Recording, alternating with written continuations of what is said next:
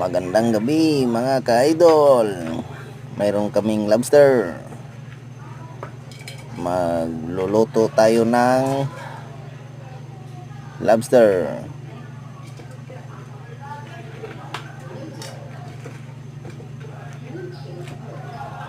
May isang kupah pa at lobster. Ang ilagay ko lang dito ay cook. Hindi ko na kailangan maglagay ng ingredients kasi nga masarap na tong ulam na ito. Hindi kasi ako mahilig sa mga ingredients pag ganito yung linuluto ko mga ka-idol. Kaya ito na. Malapit na siyang maluto at pinabaliktad ko lang para balance ang kanyang pagkaluto ng laman.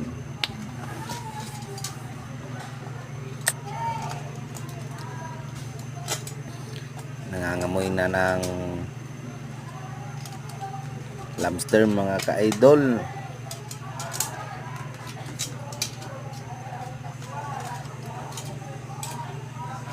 Matabang mataba ito. Hindi ko pinutol yung kaway niya kasi nga para mas balance tingnan.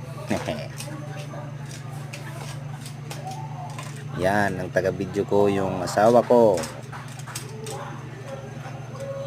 Dito ko lang nilagay sa floor para hindi na ako mahirapan sa taas magbaliktad.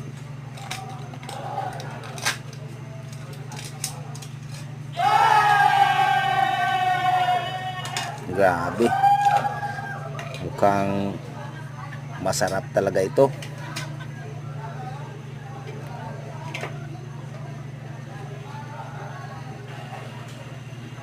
Malapit na maluto.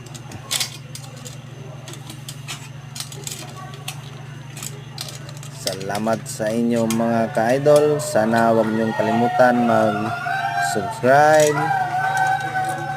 at mag-like and comment para malaman ko mga ka-idol kung taga saan po kayo. Thank you for watching and God bless sa inyong lahat.